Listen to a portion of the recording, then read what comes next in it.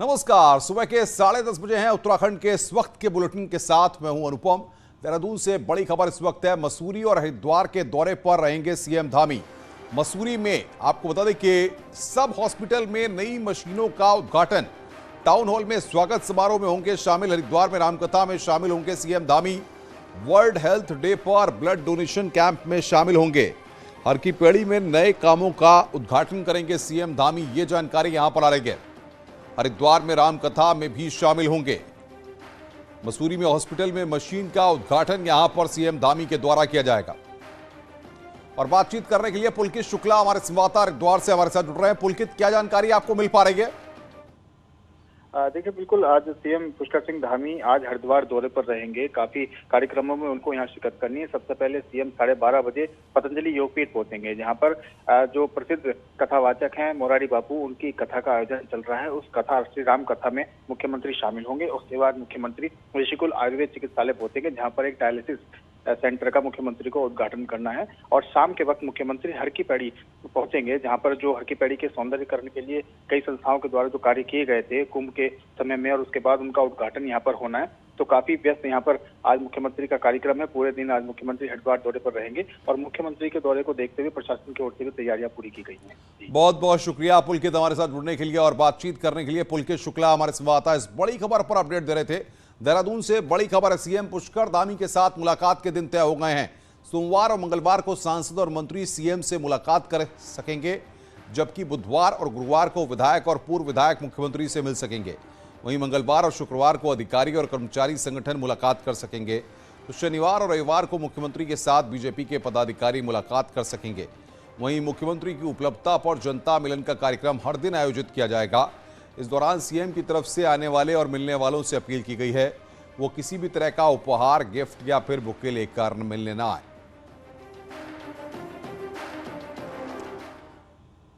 Bharatiya Janata party के स्थापना दिवस के मौके पर चीफ मिनिस्टर पुष्कर सिंह धामी ने देहरादून की कैंट विधानसभा में हुए एक कार्यक्रम में कैंट सीट के साथ उनके कनेक्शन को बताया। सीएम को 6 महीने के भीतर विधानसभा का उपचुनाव लड़ना है। सीएम के संबोधन के बाद बीजेपी के अंदर चर्चा है कि कहीं धामी कैंट विधानसभा से चुनाव लड़ने की तैयारी में तो नहीं है। कैंट विधानसभा बीजेपी की सबसे सुरक्षित किले में से एक मानी जाती है और यहां पार्टी कभी भी नहीं हारी है। तो ये जो विधानसभा क्षेत्र है कैंट, 22 साल पूरे मुझे भी हो गए इसमें रहते रहते।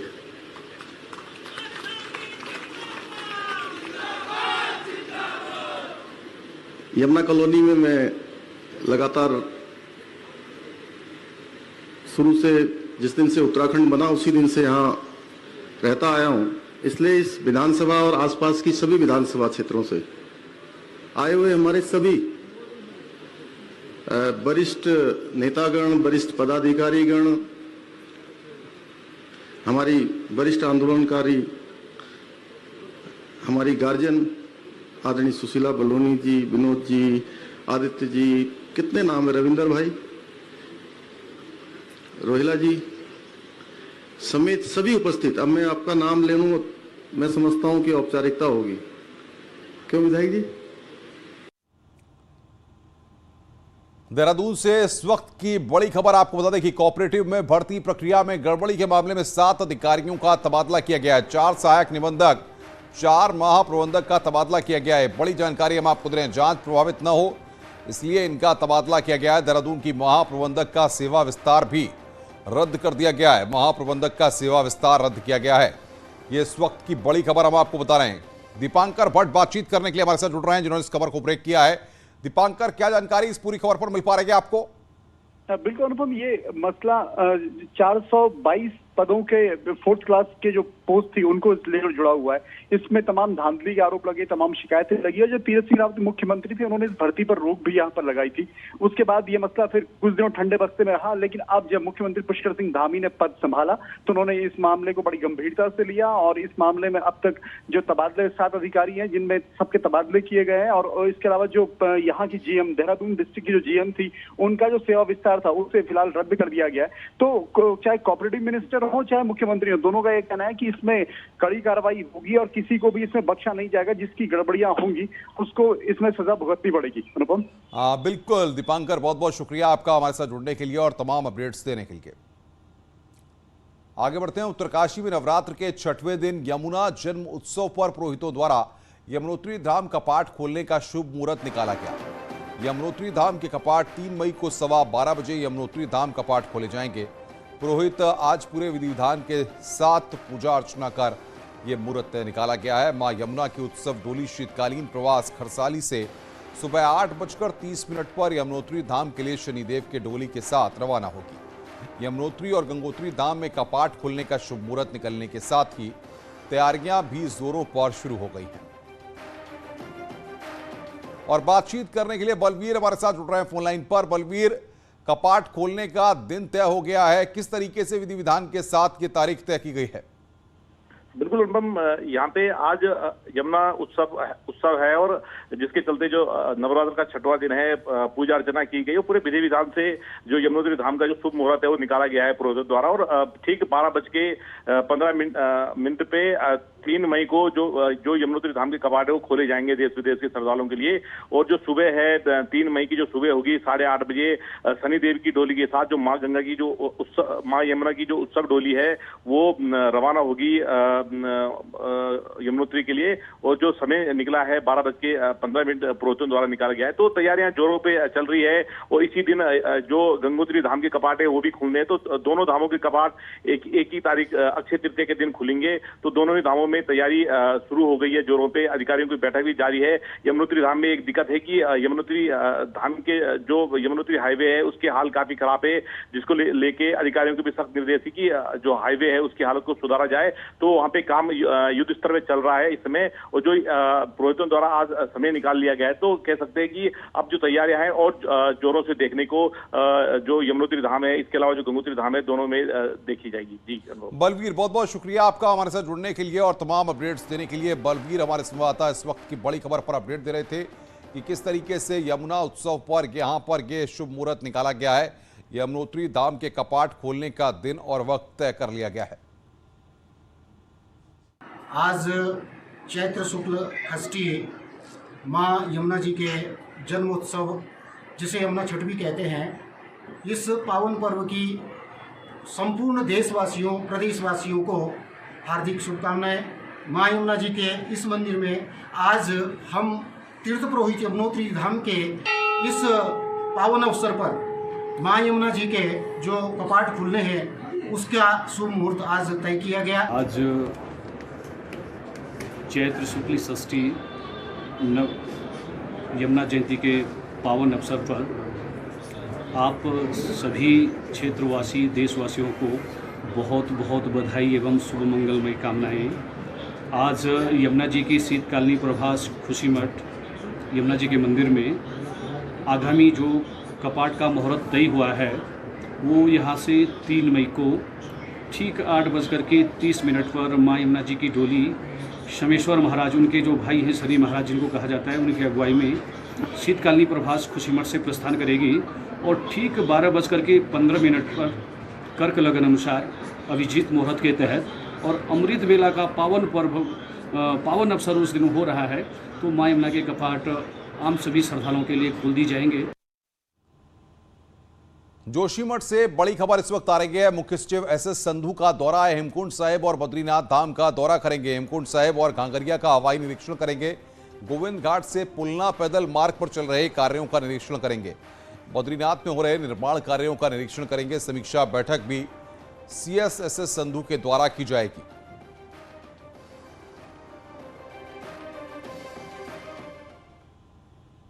और आइए अब बात करते हैं 4 धाम यात्रा की। तो 4 धाम के लिए हेलीकॉप्टर की एडवांस बुकिंग सरकारी सिस्टम के फेर में फंस गई है। इच्छुक यात्री बुकिंग नहीं करा पा रहे हैं और मिनटों में 20 मई तक के टिकट बुक हो गए हैं। ऊपर से अधिकारी हैं कि अब अपना पल्ला झाड़ते दिख रहे हैं।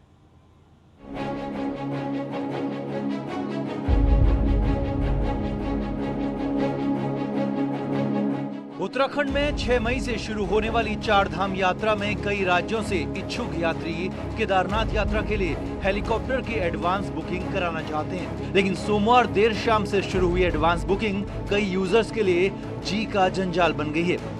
दरअसल हेलीकॉप्टर बुकिंग 2 एजेंसी के बीच झूल रही है।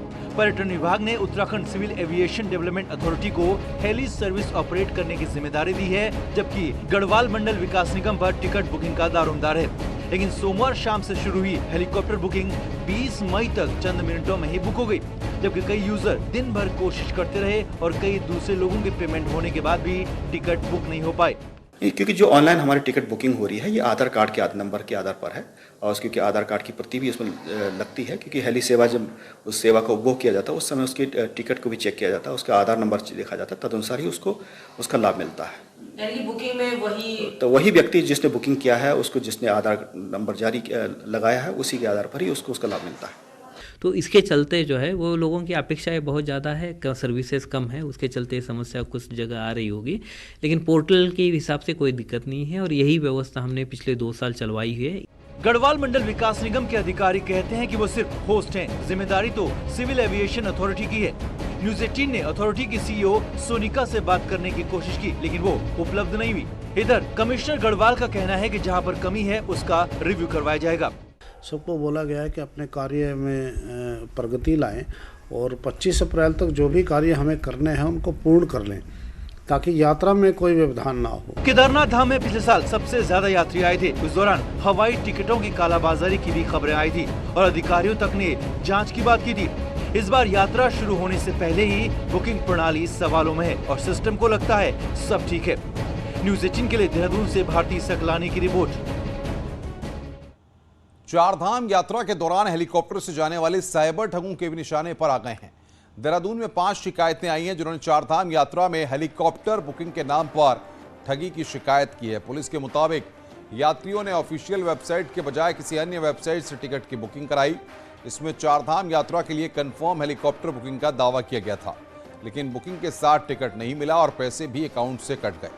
अब पुलिस ने ऐसी फर्जी वेबसाइट्स पर नजर रखने की बात कही है।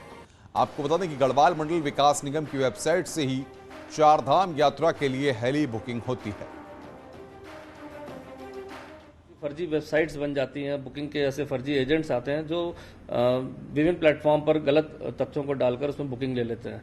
तो इसमें जो फ्रॉड होने की जो संभावना है वो अधिक रहती है। इसलिए हमेशा जो कोशिश करनी चाहिए कि जो हमारी अधिकृत वेबसाइट है, चाहे वो हेली कंपनी की हो चाहे वो सरकारी वेबसाइट हो, उसी पर जाकर लिंक खोलने के बाद ही अपना रजिस्ट्रेशन करें और पेमेंट करें। पौड़ी में थलीसरण ब्लॉक के मुल्का खाल, टीला और नौड़ी मजराहाम देव ग्रामीण सड़कों पर हो रहे घटिया डामरीकरण पर कैबिनेट मंत्री धन सिंह रावत ने जांच के आदेश दिए हैं। ग्रामीणों की शिकायत और मामले के सोशल मीडिया में वायरल हुए वीडियो को रावत ने काफी गंभीरता से लेते हुए जांच के आदेश दिए हैं। यहां पर प्रधानमंत्री ग्रामीण सड़क योजना के तहत संबंधित सड़कों का डामरीकरण किया जा रहा है। आज PMJSY की भी कुछ सड़कों का जो गांव वालों ने कहा कि साहब डामरीकरण अच्छा नहीं हो रहा है, उसके भी मैंने आज जांच के आदेश दिए हैं। बाकी विद्युत विभाग के जो अधूरे काम थे उनको भी पूरा करने का निर्देश दिया है। और 3 बड़ी योजनाएं हमारी, एक तो बिडोल से पंपिंग योजना है, एक कन्नार से पंपिंग योजना है और एक NIT के लिए पानी देना है। तो इस योजना पे भी बातचीत हो गया, जल्दी उसके टेंडर हो जाएंगे, उसका काम भी शुरू हो जाएगा। उत्तरकाशी के यमुना घाटी में बड़ी मात्रा में खाद्यान्न आपूर्ति विभाग के गोदाम में खराब चावलों की शिकायत मिली थी। जांच टीम ने विकासनगर से आए 5 ट्रक की जांच की तो 4 ट्रक खराब चावल से लदे हुए मिले हैं, लेकिन जांच होने के 15 दिन बाद भी कार्रवाई न होने से स्थानीय लोगों में काफी रोष है। वहीं जिलाधिकारी जांच को लेकर खाद्यान्न विभाग के अधिकारियों को पत्र लिख चुके हैं। घाटी में ऐसी वहाँ के नायब तहसीलदार और SDM साहब ने जांच करी थी और देखे भी थे कि कई जगह अच्छी क्वालिटी का जो राशन है जैसे चावल है आदि नहीं पाया गया था। तो इस क्रम में हमने यहाँ पर टीम भी भेजी थी, मुख्यालय से भी टीम आई थी। यहाँ के जो RFC साहब है उनको भी हमने लेटर भेजा है कि तत्काल संज्ञान लेकर इसमें एक जांच करी जाए और जहाँ से रेल हेड से या जहाँ से भी राशन हमारे जिले में एंटर करता है वहाँ पर इसका सैंपलिंग ली जाए और अच्छी क्वालिटी का ही राशन भेजा जाए। इसी क्रम में हमने भी अपने जिले से एक ऑफिसर की तैनाती रेल हेड पे कर दी है, जो कि वहाँ से इंश्योर कराएंगे कि केवल अच्छी क्वालिटी का ही राशन जिले में है। उधम सिंह नगर में समाज कल्याण विभाग ने 3500 दिव्यांगों की पेंशन को रोक दिया है। अब दिव्यांगों का सत्यापन करने के बाद ही उनको पेंशन जारी की जाएगी। विभाग ने यह फैसला इसलिए लिया है क्योंकि विधानसभा चुनाव में दिव्यांगों को घर में बैलेट मुहैया कराने के लिए बीएलओ द्वारा किए गए सर्वे में ये दिव्यांग नहीं मिले थे। जिले में 10,417 दिव्यांग रजिस्टर्ड हैं और एक दिव्यांग को 3 महीने में 3600 रुपये पेंशन दी जाती है। अब समाज कल्याण विभाग अपने स्तर से दिव्यांगों का सत्यापन कर पेंशन जारी करने की कार्यवाही कर रहा है। पेंशन नहीं मिलने पर दिव्यांग विभाग में भी पहुंच रहे हैं। शासनादेश तो ये है कि अभी हम अप्रैल माह में सत्यापन करेंगे। अभी इनका सत्यापन करेंगे और इनका सभी का भुगतान हो जाएगा सत्यापन आते ही। देहरादून प्रशासन से नोटिस मिलने के बाद व्यासी जलविद्युत परियोजना से प्रभावित लोहारी गांव के ग्रामीणों ने गांव खाली करना शुरू कर दिया है। अपनी मिट्टी से बिछड़ने का दुख ग्रामीणों में साफ देखा जा सकता है। जहां एक तरफ ग्रामीण अपने सामान को पैक कर रहे हैं, वहीं अपनी मातृभूमि से बिछड़ने के गम में आंसुओं को भी रोक नहीं पा रहे हैं। ग्रामीणों का आरोप है कि प्रशासन ने 48 घंटे में गांव खाली करने का नोटिस दिया है, जो बेहद कम है। वहीं मामले में एडीएम का कहना है कि नियमानुसार गांव को खाली करवाने की कार्यवाही की जा रही है।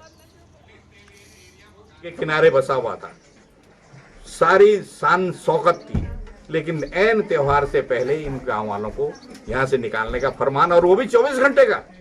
24 घंटे के अंदर तो टेंट में जो आदमी रहता है वो टेंट से भी निकाली कर सकता है। मुआवजा जिस प्रकार से मिलता जाएगा सभी लोग अपना शिफ्ट कर लेंगे। मुआवजा मैक्सिमम बांट दिया गया है और आज जो है आज से सभी अपना सामान हटाना शुरू कर। राज्य आंदोलनकारी कोटे से सरकारी नौकरी करने वाले 780 लोगों की नौकरी पर संकट आ गया है। हाईकोर्ट ने राज्य सरकार में आरक्षण में दिए आदेश पर दाखिल संशोधन प्रार्थना पत्र को खारिज कर दिया है। साथ ही कोर्ट ने कहा है कि 1403 दिनों बाद कोर्ट में संशोधन एप्लीकेशन स्वीकार नहीं की जा सकती है। 2018 में हाईकोर्ट ने राज्य आंदोलनकारियों के लिए 10% आरक्षण को असंवैधानिक करार दिया था। इसके बाद सरकार ने इस मामले में कोई अपील नहीं की, तो आंदोलनकारी मंच ने सुप्रीम कोर्ट में याचिका दी। अब राज्य आंदोलनकारी अधिवक्ता संघ की ओर से हाई कोर्ट में कहा गया है कि जब तक सुप्रीम कोर्ट कोई आदेश नहीं देता तब तक इन लोगों को नौकरी से न हटाया जाए। खारिज होने का सीधा मतलब ये बनता है कि इनकी नौकरी चली जाएंगी, पर लेकिन हमने कोर्ट में ये बताया कि हम सुप्रीम कोर्ट में हैं इस टाइम। सरकार भले ही सुप्रीम कोर्ट में नहीं गई है, सरकार ने अपील नहीं की है, एसएलपी नहीं की है, हमने एसएलपी की है, और जब तक हमारी एसएलपी है तब तक इसमें निर्णय ना लें, और ले भी नहीं सकते क्योंकि इसे एसएलपी पेंडिंग है। नहीं तो सब जुडिस मामले में कोई मतलब नोटिस, गवर्नमेंट की बहुत बड़ी गलती है ऑफिसर्स की। बड़ी खबर है, हल्द्वानी में ऑपरेशन आदमखोर, बाघ को मारने के बजाय जिंदा पकड़ने पर जोर दिया जा रहा है। गुजरात के ट्रैंकुलाइज एक्सपर्ट ने जंगल में डेरा डाल दिया है। ट्रैंकुलाइज टीम ने बनाए जंगल में 8 मचानों पर बैठकर बाघ पर नजर रखी जा रही है। जामनगर के green geological rescue and rehabilitation centre की टीम है। 6 इंसानों का शिकार करने वाले बाघ को ट्रैंकुलाइज करने की तैयारी हो रही है। आदमखोर घोषित हो चुका है बाघ। हल्द्वानी में यह ऑपरेशन यहां पर जारी है इस वक्त, ऑपरेशन आदमखोर इसको नाम दिया गया है।